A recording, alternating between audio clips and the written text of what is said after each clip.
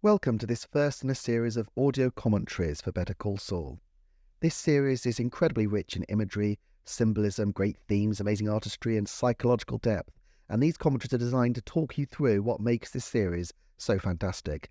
Fair warning, if you want the official commentaries from the people involved in the show, they are available on the Blu-rays, but that's not what these are. Also, I will be referring to all episodes of Better Call Saul and Breaking Bad, as well as the El Camino film, so please ensure you've watched everything before spoiling yourself. This commentary is designed to be watched in sync with the actual episode, so I suggest loading up your Blu-ray or streaming service. If you're ready and ready to go, then let's get started in 3, 2, 1. So as we fade up on the series, two themes are established right from the off. The first is consumption, and particularly in the form of sugar. We're going to see sweetness and sugar a lot in this series, especially in the form of ice cream and pastries, and it's usually used as imagery indicating hidden danger and temptation, as Saul Goodman, our main character, will become the one who gorges on sugary, tempting treats. But for now he is Gene, and preparing these treats to a very precise specification and issuing them to customers who are unaware that one of the most wanted men in the country is fattening them up. This scene is also part of little duology. The introduction to 102, Miho, has a very different kind of food preparation to start proceedings off, so watch out for that. A second key theme of the series is introduced through the beautiful song We Three, which contains the lyric "My echo, my shadow, and me," is that idea of threes. Now in particular here, this links to the Freudian idea of the tripartite psyche, the voracious, impulsive, instinctive id, the superego, which is full of conscience and acknowledges the rules of culture and tradition and tries to restrain the id, and the ego, which tries to knit these two impulses into a cohesive self. This pattern of threes recurs in the series. Most obviously we have James or Jimmy McGill as the ego, moderating the extreme raw id of Saul Goodman, with the role he's now adopted to keep a low profile, Gene Takovic. In this episode in particular, watch out for how Jimmy is often in the middle of two different characters or opposing forces, and is almost always outnumbered. Quick shout out here to the moustache, what Bryan Cranston called an impotent moustache when he had early days Walter White wear one. Gene's moustache isn't quite that bad, but it's pretty grim. And coming up here, we've got one of a number of Breaking Bad callbacks. And here we're going to see a mirror to Rabid Dog, Breaking Bad Season 5, Episode 12. In that episode, Jesse sees a sinister-looking person and assumes that Walter sent a hitman after him. Despite the fact this is a complete misreading of the situation, it leads him down a dark path. Now this episode, because it's trying to welcome in Breaking Bad viewers to the new world of Better Call Saul, it's got quite a few little Breaking Bad Easter eggs dotted in. Now one of them is evidently the use of black and white. This was used in flash forwards through Season 2 of Breaking Bad, using black and white with just a splash of colour, then provided by a burned up toy bear. But here the washed out real world today contrasts with the bright glory days on Gene's VHS tapes, and it's stupendously effective. I'm not going to examine the use of black and white so much today, but it's something that is worth consideration later on. Okay, now coming up, we're going to have the role of snow, so watch out for that, because snow is particularly important here, linking as it does to one of our major themes, which is simply liquid in all its forms, and water in particular, which is the purest form. So this is a vein of symbolism that we will be unpacking throughout the run of the show. But for here, our focus is on the snow and, of course, the ice. Now, ice represents things that are, literally on freeze, on holes, things that are not yet actually happening. So when it's pure, water in the show represents the force of law, and I'm not going to say goodness, but justice and rectitude of the strictures of society. So for Jimmy to be in a place where he's snowed in, and it continues to snow, shows that the force of justice is literally raining down on him, but has yet to fully melt and subsume him. It's only a matter of time, though. Let's talk lighting. Clearly this is a masterfully lit scene with some shots utilising only one small light. It also sets up Gene as the first of many characters we're going to see in this show, and particularly in this season, who end up lurking in the dark. On the television, there's a few little fun Easter eggs to notice. We're going to see a quick shot of the tortoise, which I guess is another Breaking Bad Easter egg, a reference to Tortuga. And of course, we've got the weather forecast, which once again just emphasises, on a metaphorical level, that snow that is heading down all around him. Justice is coming down everywhere. And of course, now he's going to do something a little bit sinister. By the way, that shot, look at how the shadow, it said my echo, my shadow and me. You can see the shadow takes up a good half of the shot. The echo of the television is coming into the sound, and me, or in this case, Jimmy, is just disappearing out there. So here we've got him doing something sinister, shutting his windows against this metaphorical force of justice. We've got that little drink he's nursing. This time alcohol is a liquid, but not pure water. And again, just hinting that corruption that's going to end the scene now as Gene accesses the remnants of his old life. Now, the Breaking Bad wiki has a timeline which puts Saul going into hiding at around March of 2010. Theoretically, Gene's scenes could take place at any point, even in real time to the date of airing, meaning that he lives years and years as Gene. By the way, this box contains various bits and pieces, and among other things, the box of Band-Aids. Not sure if it's a reference to Breaking Bad Season 4 and the one that Walt wore, but I like to think it is. But this timeline also places the end of the series as December 2010. So in theory, Jimmy is only hiding out as Gene for about 8 or 10 months. So assuming the timeline is accurate, I'd like to imagine that they kept the time window compressed so that if they ever did want to reprise the characters, not by necessarily they should, but if they did, they would have the option to show Jimmy much further into his prison sentence. Of course, here we have coming up one of the most flashy techniques that's used in these black and white sequences, which is the little drops of colour which come in, and we're about to see the light of Saul, that brilliant, exciting, dazzling light, really engaging people, reflecting off of Gene's glasses. What's really interesting is if you think about where this is in Jimmy's timeline, the events at the end of Better Call Saul are many years ago for him. Yes, as we later learn, the situation with Kim and Howard still pains him, but at this point, it feels like he's specifically missing Saul. He's specifically missing that part of himself, that freedom, that ability to completely shake off all sorts of restrictions. And as we circle back to the song, because in the room we have the shadow of his former self playing on the glasses, the echo of the words from his bass in the corner, and the me, as we've said, is Gene himself. We'll talk about these introductions later because they're pretty interesting in their own right, but for now we're entering the court of law, and this is a particularly significant area for Better Call Saul. Now, if you think about it, Better Call Saul doesn't actually have that many scenes which are big set-piece legal sequences. It's fairly sparing with them, and actually a lot of them are non-traditional court scenes, a variety of hearings, plea agreements, and other official proceedings. There are different contexts where Jimmy is before a judge, but it doesn't happen very often. In Season 1, this is really the biggest courtroom set piece, although it kind of forms a 1-2 punch with the next episode, which contains a dark mirror of this courtroom drama in the lawless wilds of the New Mexico desert. Let's look at how the imagery of the court is built up. First of all, note the heavy use of yellow, and not a bright, peppy Better Call Saul logo yellow, but a dreary urine colour that speaks of a world drowning. We talk about the themes of sugar and consumption, but the corollary of that is urine and excrement, two themes that play large as the show goes on, so, look forward to that. Despite being down on his luck, it's pretty respectable, except, we've got that little Slurpee drink there, which is just a little hit of sugar, suggesting the courtroom is not quite perfect and pristine. Also, you've got the person drawing something just to slightly distract from a proceeding, which is otherwise completely mundane, completely lacking in any form of charisma and warmth. Notice the blue there. We'll come back and talk about the blue in a second. But here we're in this yellowy milieu still, and Jimmy is right at the source of the yellow.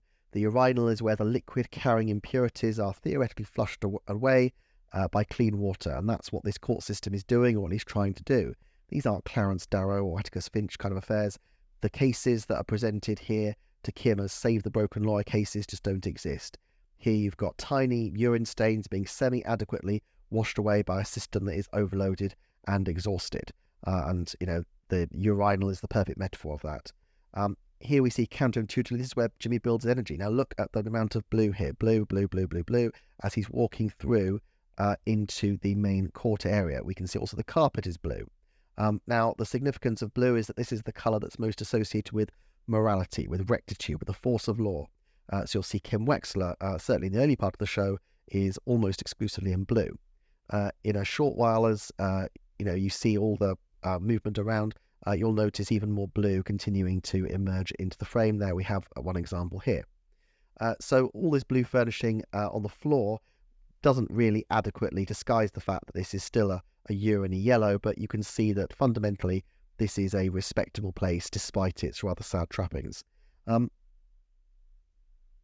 what Jim is defending here is obviously absolutely abhorrent, but in a sense he's coming at it with exactly the same vim and vigour that any lawyer should have, which is a wish to defend his client, and he approaches it in a way that initially feels quite powerful and quite persuasive. Jimmy is actually, as we see time and time again, a really good lawyer. But of course, he's up here against overwhelming odds. As the series progresses, we will see him develop his Saul Goodman powers to affect the outcome he desires. But note, the first thing he says here is the juices are flowing of these 19-year-olds in their interesting set of choices. Now, juice is another type of liquid which we'll see again multiple times, especially once Jimmy actually buys himself a juicer. And of course, there are two other things that flow, liquid and electricity, and both sets of imagery will be seen repeatedly throughout the remainder of the series, and we'll examine them in quite a bit of depth. I know I'm shouting out lots of different thematic elements here, and that'll probably continue for a bit, but that's because we're in the first episode and so many of these concepts are emerging for the very first time. As time goes by and with later episodes, we can drill into each one with a bit more depth and see how they all interlink. This show is so expertly crafted, and I think it deserves repeat and careful viewing, so I hope you find this commentary illuminating so far. And by the way, I'd be really grateful if you were to like and subscribe, and of course share and comment if you're finding this interesting. Here, for the first but far from the last time this episode, you'll see Jimmy again kind of in the middle. He's literally his role to be the person in the middle of his clients and the prosecution. Here is the only person really in a hostile crowd between his clients and the force of justice. The episode is titled Uno, of course, because it's episode 1, but also Jimmy is very much alone in this episode. Now, one of the key concepts of Breaking Bad is the idea of change, and the question of whether people do change haunts Better Call Saul throughout. But the extent to which Jimmy is, as the song goes, all alone living in a memory, does seem to change throughout the season through the emergence of Kim as a vital figure in his life. And of course, the glory days of season 6, his days of wine and roses, are marked through 9 consecutive episodes that are titled with something and something titles: Wine and Roses, Carrot and Stick, Rock and Hard Place. There is, of course, some empathy that Jimmy must feel here for these clients on at least some level. He feels that he himself has had his bright future ruined by a never-to-be-repeated lapse of judgment.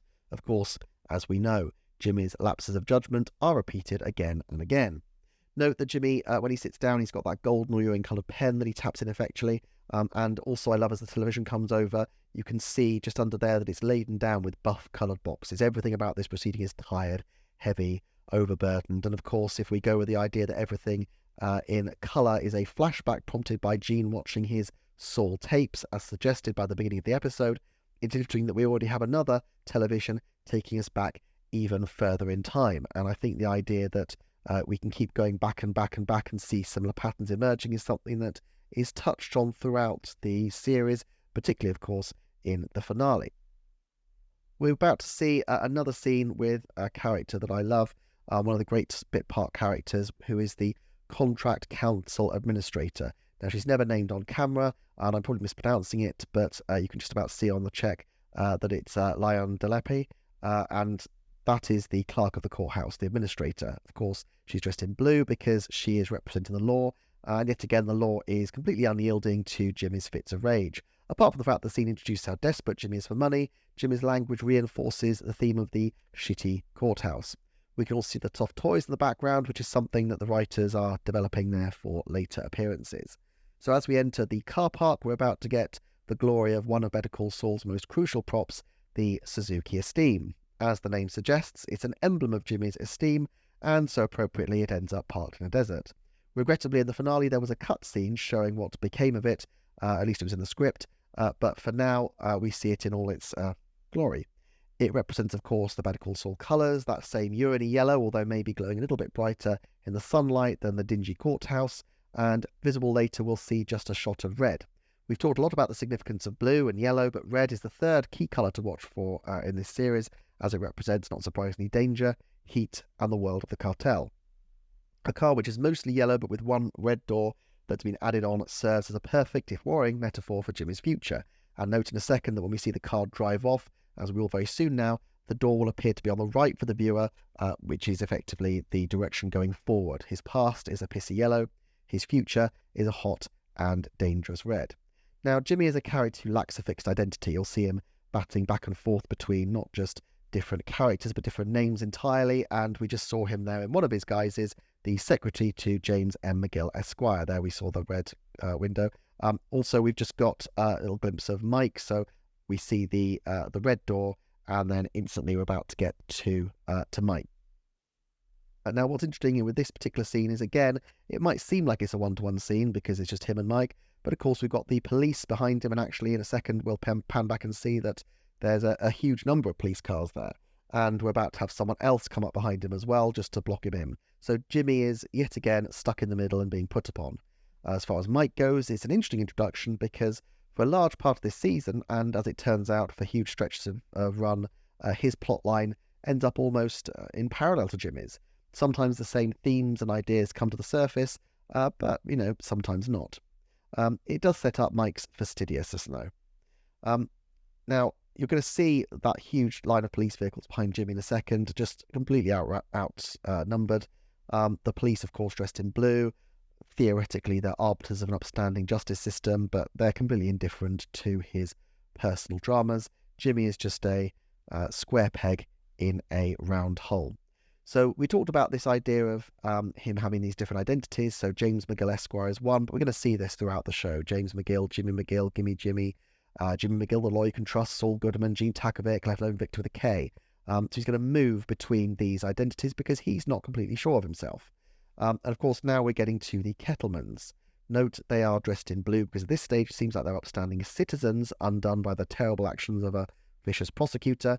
But there's a couple of little subtle tells in there. The first one is Mrs. Kettleman's bright red bracelet, almost like handcuffs, which you can see particularly at the beginning of the scene, and you'll see a couple of times throughout, proof that she is actually as guilty as the day is long. Enough has been said about how wonderful Julianne Emery and Jeremy Stamos are in this role that it hardly needs repeating, but I particularly like the name Kettleman. A kettle, of course, takes water and heats it to the point that it screams, and these are people who are well-to-do and respectable, the kind that are normally perfectly embodied in the show by clean, wonderful flowing water, and yet they're so hot that they're bubbling away. Jimmy's choice of business venue here also has an interesting colour scheme, mostly those earthy browns, but there's still a few flecks of blue. This isn't the cool official world of HHM, but it's where the day-to-day legwork of Jimmy's legal career takes place. Of course, Jimmy's words here about not needing the aggravation of looking for guilty people to hire, that's pretty ironic because as far as we can tell, he initiated the meeting with the Kettlemans. In fact, he may be the first person who highlights to them the fact they need legal representation at all, as they seem, in their own unique fashion, almost insanely, far from a reasonable comprehension of their situation. And Jimmy describes how the police will try and get around people, and that's something we actually see in action multiple times, notably during several of Jesse and Mike's scenes in Breaking Bad, but also in this very season of Better Call Saul. And, Jimmy's pitch to them is, again, pretty good. And it's all about to be signed off with the blue pen of officialdom, and then we're going to get to see Jimmy's tongue almost tasting victory.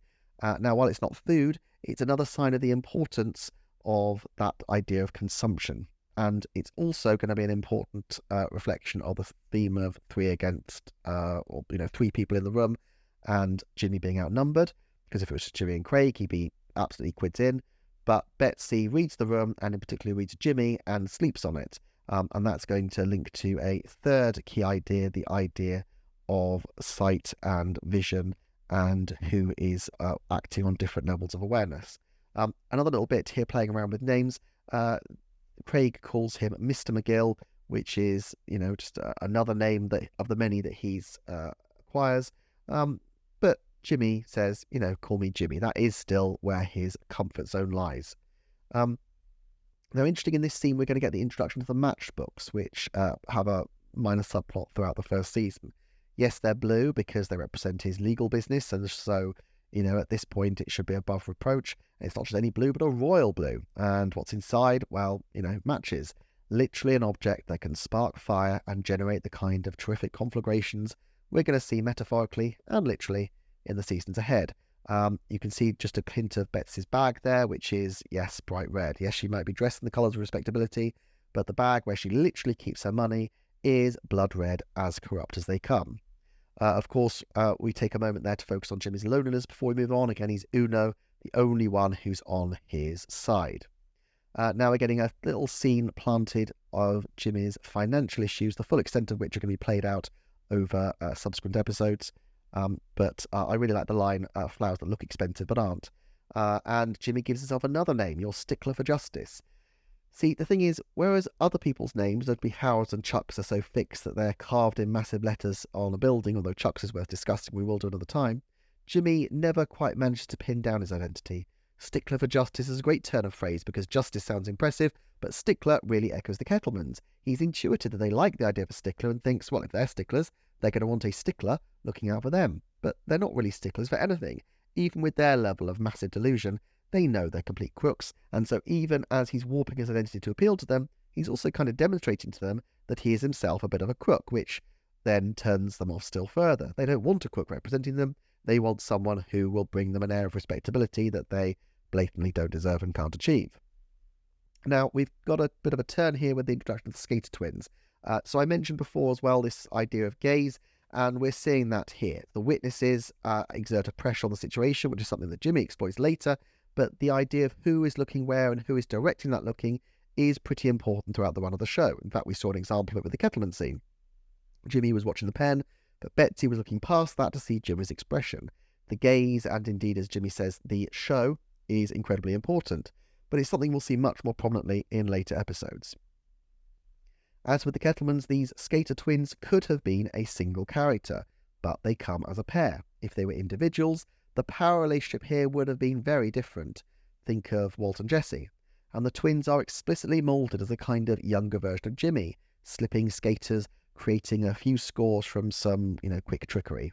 Exactly the kind of Padawan learners Jedi Master Jimmy could, in theory, turn to his own purposes, and of course he nearly does later on in the episode. But no, because there's two of them, and they're thick as thieves, completely simpatico, which renders useless Jimmy's ability to use his influence against them. He doesn't really have any leg to stand on here. They run away, and we're about to enter the nail salon. Now, this was first introduced during an all-time classic Breaking Bad scene, where Saul Goodman explains to Jesse the glories of money laundering. Here we know it's respectable because even the toe separators are blue. There are fish swimming around, perhaps a few too many fish for the size of the water, and of course they're goldfish. We're going to talk a lot about fish another time, particularly once Jimmy's own fish arrives, but just note this for now. It's incredible to me how much of what the show becomes is seeded in just this first episode, and there were so many pieces of imagery which we will see recurring again and again and again throughout the seasons. Of course, talking about Jimmy's name being out there, he wants his name out there, but currently he's being talked about in relation to his latest horrific clients, not the reputation that's going to score him that top floor corner office. And here we have more water, not completely pure, but it's cucumber water, about as close to healthy, pure goodness as you can realistically get. We talked about holes earlier, and here's another example of this hovel, Jimmy's office. We've got a washing machine right there chugging away, pipe work running through, and so, Jimmy is theoretically doing the same as all these pipes and all these bits of machinery, chugging away diligently to transport water, to bring cleanliness and hope to places which otherwise are dim and dingy. That's the idea, at least. The office door has another version of his name, the simple James McGill. We get a bit of James McGill being used early in the show, but it gradually fades away until he's finally claimed by Jimmy as an identity in the closing stage of the finale, by which point it is of course too late and he's identified almost exclusively by everyone else as Saul Goodman. We've got the light shining this sort of anemic yellow through the window. The phone isn't bright red, but it is a sickly orange. It's not quite pure danger, but whatever comes through here is not likely to be promising. But as he flicks through the letters, one of these is going to be not like the others. We're going to see a flash of ham indigo blue that shows that this is not from a dingy little urine-toned shack, but from the lofty heights of HHM. Look how it's addressed. Law Offices of James M. McGill. They take Jimmy at his word, because in the world of HHM, your name is everything, and words have fixed meanings. He is also Mr. McGill in that letter, and we get the letter is dated May 13, 2002, while the check is dated May 9, 2002, putting us around 6 years prior to the events of the first season of Breaking Bad. Now, the check here is held in front of Jimmy's mouth, almost like he's ready to consume it. We've seen his hunger with the Kettlemans, but now he's tearing the check up, and then, for good measure, flinging the piece up into the air. It's flowing. And we're about to get the absolutely iconic HHM. The bashed up trash can we're going to see as a bit of an Easter egg, of course, for Breaking Bad fans, while the elevator represents an idea that will continue to become important as we go along, which is the idea of height, who's below and who's above. Now, he's the character, Jim is the character in the pit in the urinal, while Hamlin and the others are up in the breezy light. As we go around the building, the earth tones aren't, pissy yellow we're going to see, but we've got lovely gleaming wood, and blue is dotted liberally around from flowers to signage to clothing. Now, I know Bob Odenkirk is a huge fan of the British Office, And there's a scene coming up here which always reminds me of David Brent returning to the office after he's been let go. He calls someone Sir Francis, and this person replies James, which says everything about his relationship with this place. They see a fixed person, the formal identity that Jimmy doesn't want to claim because he's never felt like he can be that person. He, on the other hand, takes people's names and plays with them and blurs them. Sir Francis, not just Francis. His skill to learn names is reinforced by the way he recognises Keith and Karen, and it's a part of his charm that we particularly witness in the next episode, but continues throughout. Jimmy is really good at knowing names. He is very personable. But now we've got the grand reveal of the terrific Patrick Fabian as Howard Hamlin, and of course we've got Ray Seahorn as Kim Wexler. We've got the incredible suit, the knitted tie, and we've got the first sight of the ponytail. Safe to say we'll spend a lot of time discussing these characters and how they play off Jimmy, but for now let's appreciate the beauty of this room. It's a conference room that will be significant throughout the run of the show, and it will come to be marked by the massive portrait of Chuck looming down from the wall. In this scene we'll see lots of encounters with Chuck and ultimately that very final powwow with Howard. An interesting feature here is you'll notice the lights all the way down the middle. This is really effective, not just in that it's a very clever lighting choice, but because it lights characters fairly consistently from low down and looks good. Also, it gives us that flow of electricity right down the middle of the room, and indeed allows Chuck later to reach out and grab lights in, I think, Season 3. Now, we haven't talked too much about electricity yet, but electricity, of course, is representing heat and energy and magnetism. That is something that Jimmy has in spades. So we're going to come back to something else that flows, and we just saw the confetti of the check coming down onto the table. Now, just thinking about gazes, we mentioned that as one of our other themes. Watch this scene with an eye on Kim's gaze. Everyone else is looking primarily at Jimmy. He's the one commanding the attention, of course. But Kim is the one who looks at the check, and she closes her eyes just there because she knows, of course, what a big impact tearing up that check has to make for Jimmy. And she doesn't really need to watch Jimmy as close to see what's going on. She kind of knows where he's coming from already. When Howard kind of offers his final comments, she does look to him because he is providing something new. A little note about the Danishes. The Danishes, they're again a sugary sweet treat with just a little bit of danger. About as dangerous as these guys get is they're going to have a Danish, but they are going to show a little bit of danger as the season and as the series progresses. What's interesting here, you can just about see the drinks they've got. We've got coffee, we've got an HHM mug, which is the one that looks by far the most normal and innocent. And of course, we've also got the use of number 3 again. All of the numbers in this scene are neatly divisible by 3. That 3 theme, always a part of the series to some degree, but it's actually a bit of a running gag in this episode more than anything. Now everyone is sat forward, it's Jimmy who's leaning back like he's trying to engage Howard. And of course, yet again, Jimmy is outnumbered massively. In front of him, we've got all the lawyers and the clutter, and behind him is nothing. There is nobody backing him up. In theory, behind him is Chuck. It's just that Chuck isn't really there, and as we later learned, if he were there, he would not be on Jimmy's side. Jimmy is caught in the middle again. Now, Howard is a really fundamentally sympathetic character. Ostensibly, he's the villain for Season 1, at least until Episode 9. But Vince Gilligan apparently gave an early note to Patrick Fabian to play into the likability that they saw in him when they cast him. And that was wise, because Howard has a lovely warmth to his character. What he's doing here is actually legally completely defensible, in that he's defending Chuck's wishes against a family member who could potentially be seen as looking to exploit Chuck, something that Kim mentions as something that she's experienced with her family and her elderly relatives later on in the season. We missed that quick reference to Ned Beatty from Network, which is interesting because, of course, HHM and Howard, and for that matter Kim, do more to atone for any wrongdoing by the end of the seasons at the hand of Jimmy than we can possibly imagine at this point. And this line that Howard's saying right now, it's cheesy, it's a bit kooky, but actually what he says is basically right. And I think even at this point in the show, you kind of know that what Howard says will come to be the truth. Sometimes in our line of work, you get so caught up in the idea of winning that you forget to listen to your heart. And he also says to give Chuck my love. And that term love is incredibly rarely used in the show. And it's very interesting that the first time it's brought out, and one of the very few times in the show it's ever mentioned at all, is by Howard. But that little line about winning is an incredible encapsulation of some of the themes of the show. Obviously, there is a whole episode later on entitled Winner, which is particularly significant, but the idea of winning comes back again and again and again. It's very important to Jimmy, but, Jimmy, unfortunately, is this loser kicking the bin at the bottom there. He's lost the Kettlemans, and he's entering this dingy underworld of the car park. Now, what's nice about this scene is that, it's given a long time to play out. He kicks it, and gradually we see Kim there just in the shadow. Now, the top of her face is kind of sliced off, so she's even more unreadable than normal. But she's clearly wearing that blue, which shows respectability.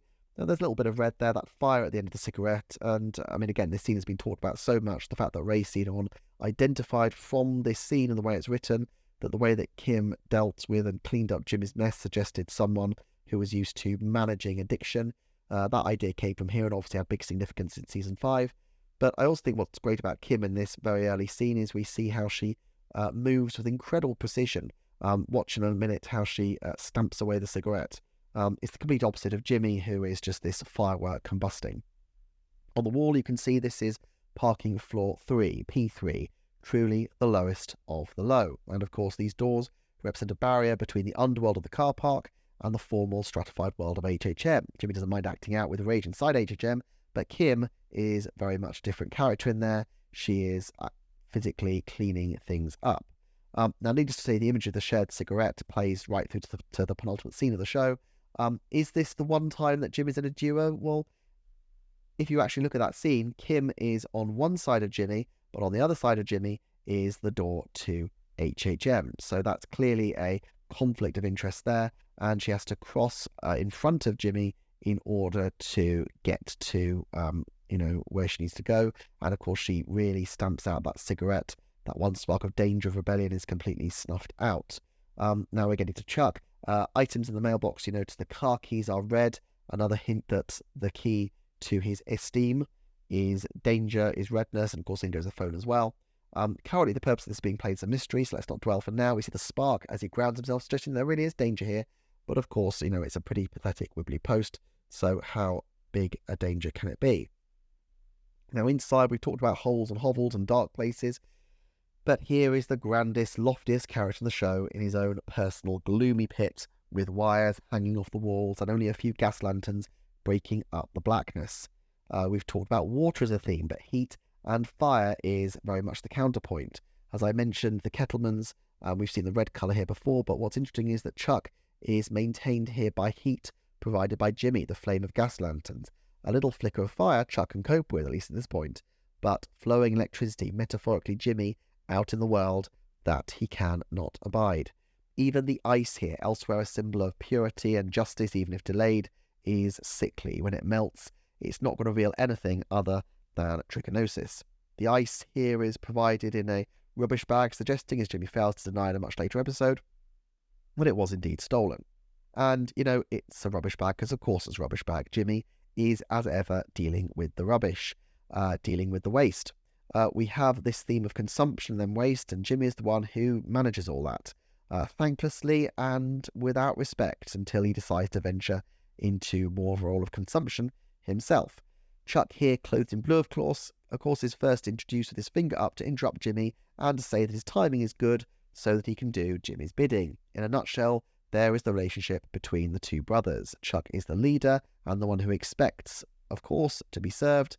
Jimmy, the thankless supplicant.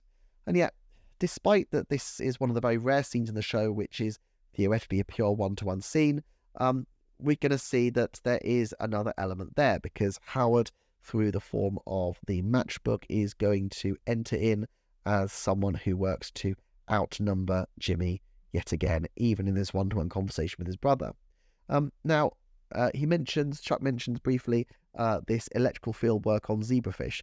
Now, as I mentioned before, fish are an interesting theme, and for now suffice to say that a zebrafish is black and white, the ultimate dull, safe colours, but swims in tropical waters alongside strange and dangerous bright-coloured creatures. And this is who Chuck is comparing himself to. I won't say anything more right now. Now, he also reacts with significantly more warmth to the Financial Times than to Jimmy, and even turns away from him when he receives it. Now, Jimmy responds saying that he knows Chuck misses it, i.e. he really thought about the man and acted out of sympathy and human feeling for Chuck. Chuck suppresses that and then turns this into a financial exchange. He can't cope with the notion of an actual human connection between the two, and so he relates it back to the financial, which he knows he can manage. perhaps he senses this is what motivates Jimmy, and perhaps he thinks this is quid pro quo. He's giving Jimmy something he wants, money in exchange for what Chuck wants, albeit obviously a much smaller amount of money. But more likely it's just emblematic of the complete lack of respect Chuck has for Jimmy, to the extent that their relationship is boiled down to this transaction of, a small amount of change. The bookshelf that we just moved past does contain a fair amount of red. Jimmy's brushed with danger and lived. Chuck's are all on the bookshelf, categorised and squared away. Now, Chuck is a pretty unsympathetic character in many ways, and we'll explore that as these commentaries progress, but right now I think this is before Peter Gould and Vince Gilligan necessarily knew the details of what the character would become. There were talks apparently about him becoming more of a sympathetic Mycroft Holmes figure who would be supporting Jimmy behind the scenes, and of course this is what Kim Wexler ultimately became. For all we know, if that configuration of the series had proceeded, Kim might have been the person to oppose Jimmy, which would have been interesting as well. But I like the way it turned out, where by all accounts they saw the pride that Michael McKean was injecting into proceedings. One thing that's worth watching on the Blu-ray is the table read of this episode, where you can hear Peter Gould standing in for Michael McKean, and you get a sense of the difference maybe between what the character was at that stage and what it soon became as the story progressed. Now, Chuck's use of Latin is pretty interesting. Proceeding from false principles, of course, is something that does come back a lot. Jimmy often proceeds from false principles. We saw a little bit earlier when he called himself a stickler for justice to make him sound respectable to Betsy, even though the term stickler was coined by two crooks. Lots of interesting elements come through in this discussion. Hand to God we'll mention again another time. We'll breeze by it for the time being, but the choice to use the term liquidate is again redolent of flowing water. Instead, let's look at the fact that Chuck highlights for Jimmy the people for whom Chuck thinks Jimmy will feel the most sympathy. His cronies, and of course the janitorial staff. Chuck's paternalism is expressed as looking after even the lowly janitorial staff, who he feels Jimmy is likely to feel some empathy for, because after all, that's the kind of level Jimmy is at. The mention of the bunker shot in the golf game, that's something that runs through with Howard, and of course it's lovely that we'll actually see him playing golf in season 6. The scatological theme comes back with the vengeance here as well. Bullcrap, piss on PD cases. It's easy to paint Chuck as the hypocrite here. Can you seriously imagine him going near any of Jimmy's lurid PD cases? But I'm not necessarily sure that's altogether fair. We don't get a lot of background about how Chuck became as successful as he ultimately was, but there are references to the fact that Howard's father, George Hamlin, was, not very successful at the beginning, and Chuck helped shape the firm into what it is. So you do get the sense that he's being honest to some degree. He has worked his way up and worked hard from a very young age. Of course, he also does not want Jimmy to pull himself out of the gutter by leaving behind the cases that he's doing, and so he's absolutely no interest in Jimmy entering the heights of HHM. Now, on the letter he's being sent, he is given the name Charles McGill, no middle name. His middle name is elsewhere given as Lindbergh, but it's kind of fitting that it's just Jimmy whose middle name is seen in this episode, because it's one of the so many names he juggles. Now, I love the argument that we've just been seeing here, and I love the way it escalates and then diffuses, and I think that intensity of emotion was what Peter Gould and Vince Gilligan responded to when they were developing the ideas of the characters. Now, we've got a couple of lanterns that are there. It's not an overlit scene as well. It's another sort of gloomy kind of situation. We can just make out a few things, though. The piano in the corner that will come into play in the subsequent season. A clock that picks up the light in a few moments, time being something which comes more into play as a theme as the series progresses. And I think what's nice about the end of this scene is Jimmy backs down. You do sense that Chuck is really vulnerable. There's a chance of some kind of bridge being built until Chuck just completely torpedoes it with this. It's an interesting discussion between the two, which is just completely derailed. Okay, so we're going to see, as he gets out of the car in a second, Jimmy is going to hold that blue matchbook up in front of the orangey glow from the curtains, and it kind of works to me as a visual metaphor. Jimmy is holding the law, the blue, in his hands, and looking at it with a fury that is set to follow the series through. I'll just note again, Chuck is rendering things into the financial. He's offering to have the matchbook to be paid for, which is completely beside the point. This is about Jimmy's reputation. This is about Jimmy's name.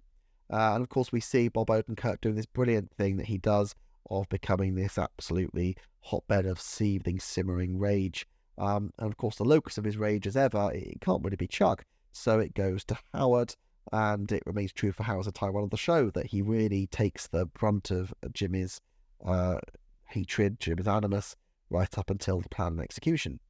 At this point, it does feel justified, but it's something which, as time goes by, we'll realise more and more is not necessarily an appropriate and certainly not a healthy way of dealing with the level of pain that Jimmy is feeling. So this twist about the name, here's what seems to be one of the early betrayals by Chuck of Jimmy, the idea that he should not be using his own name.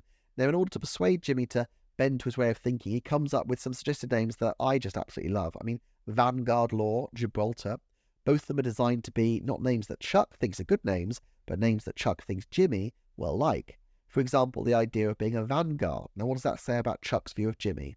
Well, in a sense, Jimmy is a vanguard to Chuck. He's defending Chuck. He's supporting Chuck. In a way, he feels like he is that person to Jimmy because he protected him. He pulled him out of prison. But, ultimately, I think Chuck sees Jimmy as the one who just goes alongside the main value in the relationship. Okay, so here we're moving on to the skate park, which is a quite interesting place. We've got a little bit of a callback here to Season 5, Episode 9 of Breaking Bad, where the house of the White family has been completely trashed and the swimming pool has been turned into a little skating area. I'm not sure there's a particularly deeper meaning behind the use of the skating, except that it looks kind of cool, and it probably appeals to Vince Gilligan. And I think the fact that these guys are able to glide around to places where other people have to walk, there's a sense of taking a shortcut or somehow cheating, which probably fits in well with Jimmy's character. Of course, this scene is mostly important because we're finally getting to Slipping Jimmy's story, and what's nice is it's told first of all as a legend. If we exclude those ill-advised animated shorts, we don't actually see a lot of Slipping Jimmy. Sure, we get little hints of the scenes in Marco, and we never really know exactly what he was like, though we can probably imagine. Also, it's probably just as well because one of the things that the show really struggles with is realistically de-aging characters. I love a moment that's coming up where a cyclist zooms by Jimmy just as he's explaining how people were scared of him. It's a tiny little detail that utterly punctures the fiction he's trying to spin these guys. Still, the way they're sat there, almost master and sensei-like, is the first time that we've seen Jimmy being anywhere but on the bottom of the heap all episodes. There's a slight change of energy. He is literally now above them. Anyway, the storytelling gives us a flavour of what Slipping Jimmy was, and the fact the Skater twins are just really, really unimpressed says it all, really. We get a bit of the background of Cicero, and this is the kind of place that Jimmy comes from. It's cold, there's snow and ice, so the law and force of justice are all omnipresent. But in between the cracks of this world, there's something that, although it sounds ideal for Chuck more than Jimmy, Jimmy is able to take that ice, take that snow, and then twist it and use it to his advantage in order to scam, which in a sense is a perfect encapsulation of what Jimmy does when he becomes Saul Goodman. He takes the law and he twists it for his own advantage. He takes this, perfect, clean system, which is supposed to bring clarity and justice, and manipulates it to his own end. And when he talks about that nice, smooth patch of ice, I kind of think back to the smoothest, iciest representative of morality in the show, the terrific and massively doomed Howard Hamlin. You do get the sense that Slipping Jimmy is that entity to which he feels comparatively the most pride, or at least until he creates an even better alter ego for himself in the form of the irrepressible Saul Goodman. Also note here what Slipping Jimmy spent his money on, Old Milwaukee. Basically, he's spending his money on clothes. The snazziness of Saul Goodman wasn't born on day one, or even inspired in season 2 when he sees the colourful ties in the office. From a very early age, that colour and style was within him, and yet this also speaks to his wish to brand himself, to change how he presents himself, and to disguise on some level whatever his true underlying identity might be. Occasionally in the background we get glimpses of power cables back there, and we can see here, I just want to highlight the kettle right on top of the mailbox. It's a teapot design, it's a kettle design, and it's got a K, which a little bit later in the this scene is going to frame the car like it's in the middle of crosshairs. It's showing that Jimmy's esteem, obviously the car, but also literally his esteem, is utterly at the mercy of these Kettlemans. The power cables again just show that electricity is in progress around Jimmy. Now all this flam is exposition for the audience, but the function of the scene is really here about tempting the boys. It's nice that we see Jimmy in a mentoring role again, and as with all his mentoring roles, unfortunately there's a note of exploitation. I don't think you ever really see him do something that is without an ulterior motive on some level. Now, when they're looking at the colour of the car, note how the twins render it as brown, and later on in its most scatological form, baby poop brown. Of course, this thematically chimes with the fact that the clients, really are pulled out of the toilet. The Kettlemans are, pretty horrific choice of client, really. But Jimmy can't admit that, so he turns on the sales razzle-dazzle and glosses it up to the far more glamorous sounding medium sandalwood. Anyway, whoever had the choice to give them a literal kettle on. As the scene goes by, we get that energy for Jimmy building up and up. So far, we've come to see a series called Better Call Saul, starring that gift of the gab charmer Saul Goodman, who lit up the screen on Breaking Bad. And have we seen him? No, we've seen a monochrome recluse moping over his glory days and a down on his luck but fundamentally decent lawyer who is many times literally in the toilet. But now we see who this guy can be. Look at the hand movements, look at the jokes, look at the use of biblical imagery, because Saul quite likes associating himself with the Almighty. Here the twins are kind of stepping back. They're not being as gobby as usual because they do see in him a passion and a knowledge, and so we're going to get to enjoy the first scam of the series. Now, it's significant that it grows very much out of Jimmy's roots. It's a slip and fall scam, consistent with his slipping Jimmy origins. As time goes by, we'll see a lot of different scams take place, and we'll see a little bit of an evolution in the kind of way he does things, particularly as he starts scamming with Kim, but also he scams with Chuck, and we even see Howard has, some element of trickery-ness later on in the series. Note here we've got the bike, which is pink. This stands out from the usual colour scheme in a way that's, useful in a couple of episodes' time. Now, we talked about Jimmy controlling. I love the quick reference to leave the hair alone in the conversation. He's got a lot of references here to heat, fireworks, hot-foot it. We've got Betsy Kettleman. She's moved now towards slightly warmer colours. We're not quite sure yet that she's a criminal, but she's clearly becoming slightly more involved here. And we got Jimmy rehearsing there. Now, this on one way is a really effective way to clue us into what he's thinking. Walt in Breaking Bad does this kind of rehearsal a fair amount. And while usually it feels natural, once or twice it feels a little put on for the audience, but the fact that it feels so natural for Jimmy makes it easier to see what he's thinking and expecting.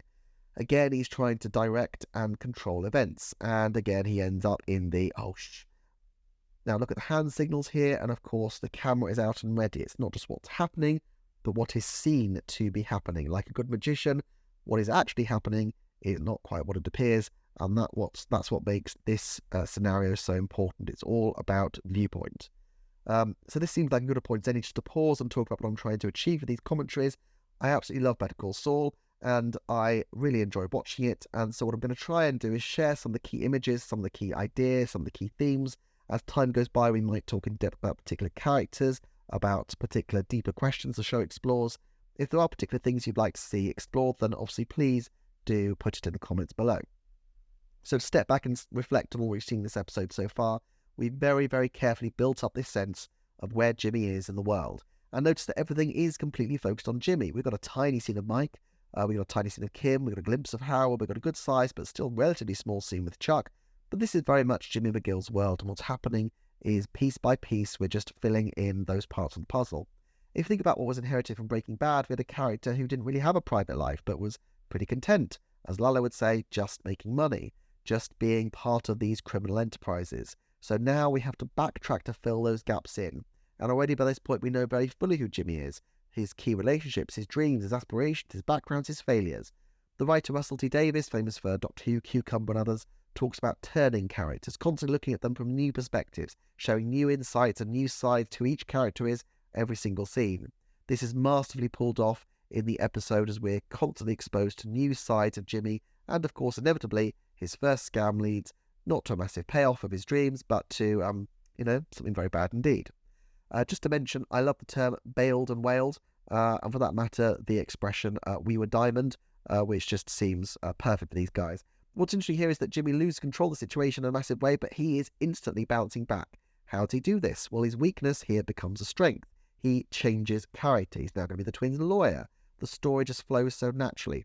I remember Peter Gould and Vince Gilligan saying that the genius of Walter White was that schemes that would take the writers weeks to come up with were hit upon in instances by Walt. So one example was when Walt was trapped in the RV and Hank was outside. Walt came up with the answer far, far quicker than the whole team of writers took.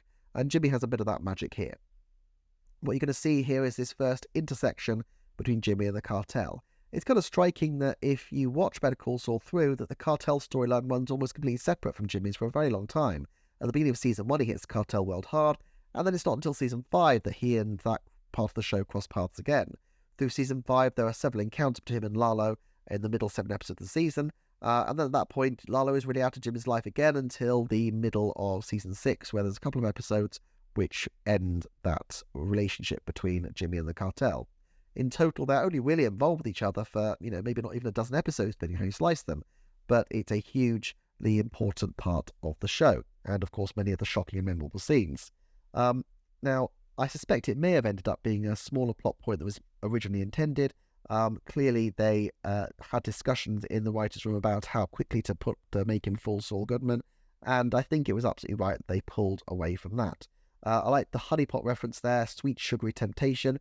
It attracts the Jimmys and the Skater twins of the world, but honey also attracts more dangerous and killer animals who we are about to see. We've got this classic Vince Gilligan, ordinary suburbia here holding dark secrets, and we've got Abuelita, who is of course dressed in blue, but we've got just a hint of gold on the bag. So we're thinking this person is innocent and good, yes, but she does seem to be someone with money, so the scam still seems like it could be good. We've got a lovely donkey on the lawn, which we'll see in a second, and of course the Skater twins' helmets end up being the only bit of colour, which is really helpful as a way for Jimmy to know that he's arrived at the right place. Although this is suburban, it's nice to see that house is surrounded on all sides by trees, which probably suits Tuco, because I can't imagine his shady dealings are ones that he would want to be overlooked.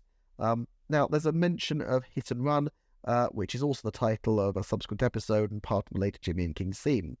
Now, I know the writers don't look forward overly, but they do look back and play off themes and ideas they've already established in the show to great effect. It's probably a coincidence, but it's funny how often titles of the show are things that have been mentioned in previous episodes. In fact, there's a couple of them coming up in episode 2. Notice the framing that includes a lantern outside. Lanterns mean electricity. Electricity means danger. And this house is a tinderbox, if only Jimmy were aware.